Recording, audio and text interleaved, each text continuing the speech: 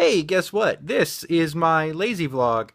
I just saw an article about Jodie Sweetin posing in Maxim magazine. Huge lifelong crush of mine right there. And so I thought I would come on and share my Jodie Sweetin story with everyone who might be interested in such a thing. So, back in the day, first of all, I've always had a huge crush on Jodie Sweetin, but it wasn't always weird. It's not weird because when she was a kid, I was also a kid. In fact, I'm a few years younger than her, so it's not weird. Okay, just putting that out there.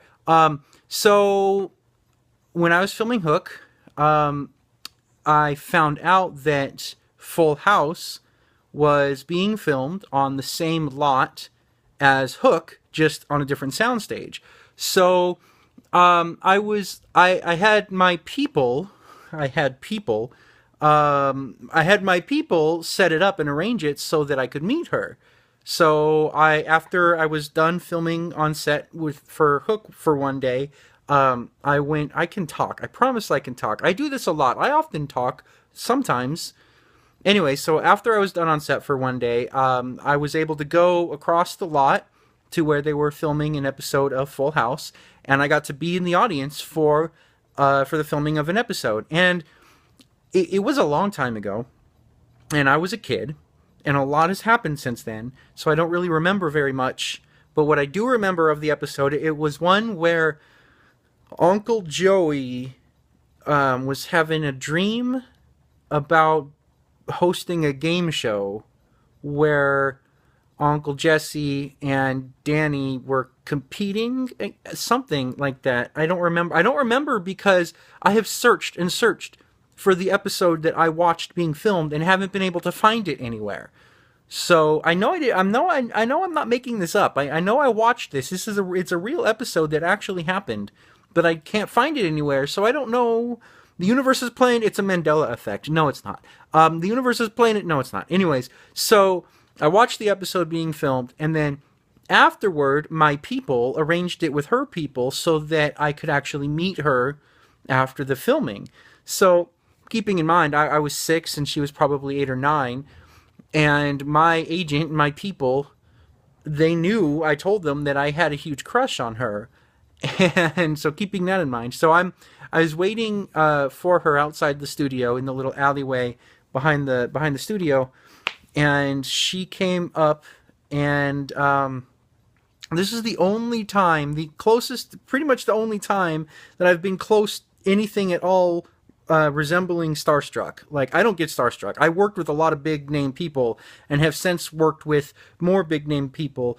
And I've never one time ever with anybody that I've met or worked with have I ever been starstruck except for this one time, which I had a crush on her. So it's not like, I don't know if it counts as starstruck or just, I don't know. But so it felt in my memory, it feels like we were standing there for like 10 minutes and I could barely say anything. I froze, like I couldn't speak.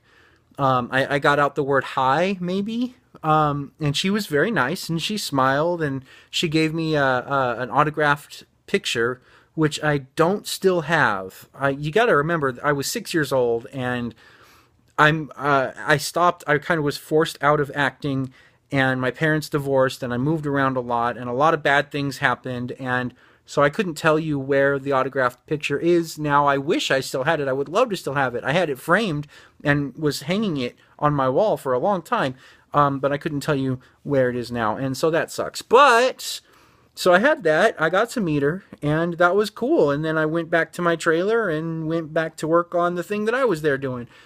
That's it. Not a whole lot of things to the story, but I just that I got to meet her one time and barely said anything to her and got an autographed picture. That's pretty much my entire story.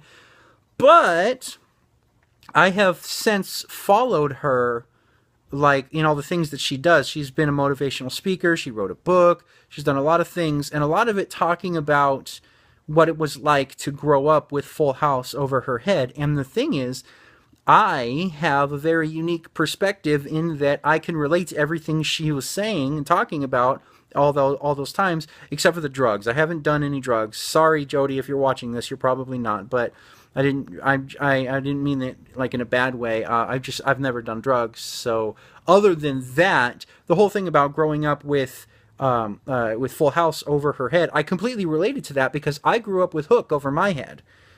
Now, I mean, I know a lot of people watching this might be like, what do you mean Hook over your head? Like it's a bad thing. I'm glad that it had a big effect on your childhood. It also had a big effect on my childhood, just in a different way. So I could very much relate to everything that Jodie was talking about growing up with that over her head, in that, like, when you're a kid and you just want to, like, get along with your peers and be accepted and have friends, and you have something like that over your head, people treat you like they think that you're better than them. And I had that all, like, everywhere growing up. So like I don't know, like I just feel like I could like relate to the things that she talks about more than a lot of people. And I happen to know I'm not the only one. And like I feel like a lot of child actors who grow up out who stop acting and then grow up, like try to re-enter the real world after being a child actor. I feel like a lot of us deal with stuff like that. I happen to know details about some of the other Lost Boys. Like we just did the Lost Boy reunion earlier this year, and so I got to reunite with a lot of my fellow Lost Boys, and I learned, I know things. People, other Lost Boys who are not acting at all anymore, who some of them who completely refuse to be part of the shoot, and others who just anyway. So like it's a thing. It's a legitimate thing. I'm glad that like nowadays it's not really like people respond like there's no negativity there. I am rambling. I feel like I I had a lot of things that I wanted to say here at this point, and now I'm just rambling. I feel like I'm not making a whole lot of sense. I just wanted to come on and share my story about meeting Jodie Sweetin one time, a long time ago, and then relating to some of the things that she's talked about since then. That's it. That's all I wanted to do. And I've done it. And now I've been rambling for 7.5 minutes. And you're probably sick of hearing me ramble aimlessly around this topic. I don't know if you are or not, but either way, I'm gonna go. So, hey, guess what? This was my very rambly, nostalgic, reminiscent, lazy vlog. There'll be a better one tomorrow, I promise.